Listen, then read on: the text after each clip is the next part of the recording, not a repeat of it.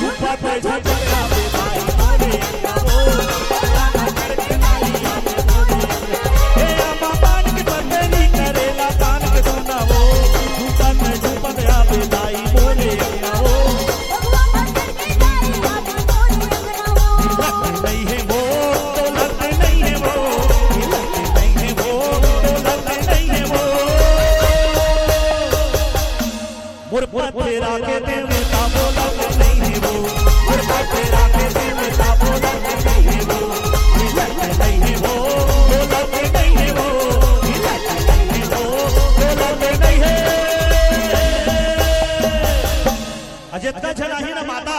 बोला सब आए दिया भाई कर शांत करूं जितना छला ही बिल्कुल माता रानी मन दर्शन दे थे अपन के गांव में मैं शांत करूं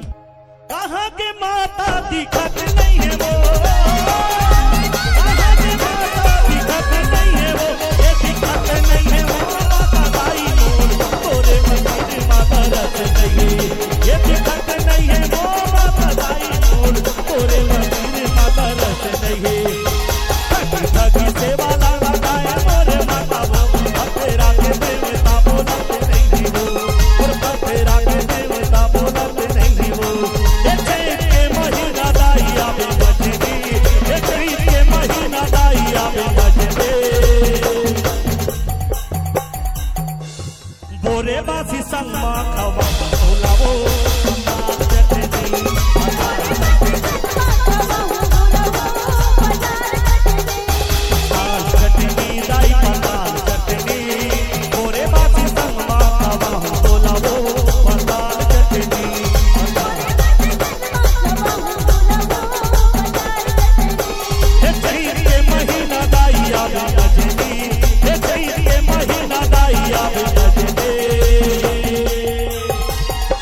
और कहने का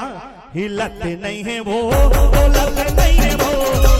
तेरा के देवता बोलत नहीं है वो हिलत नहीं है वो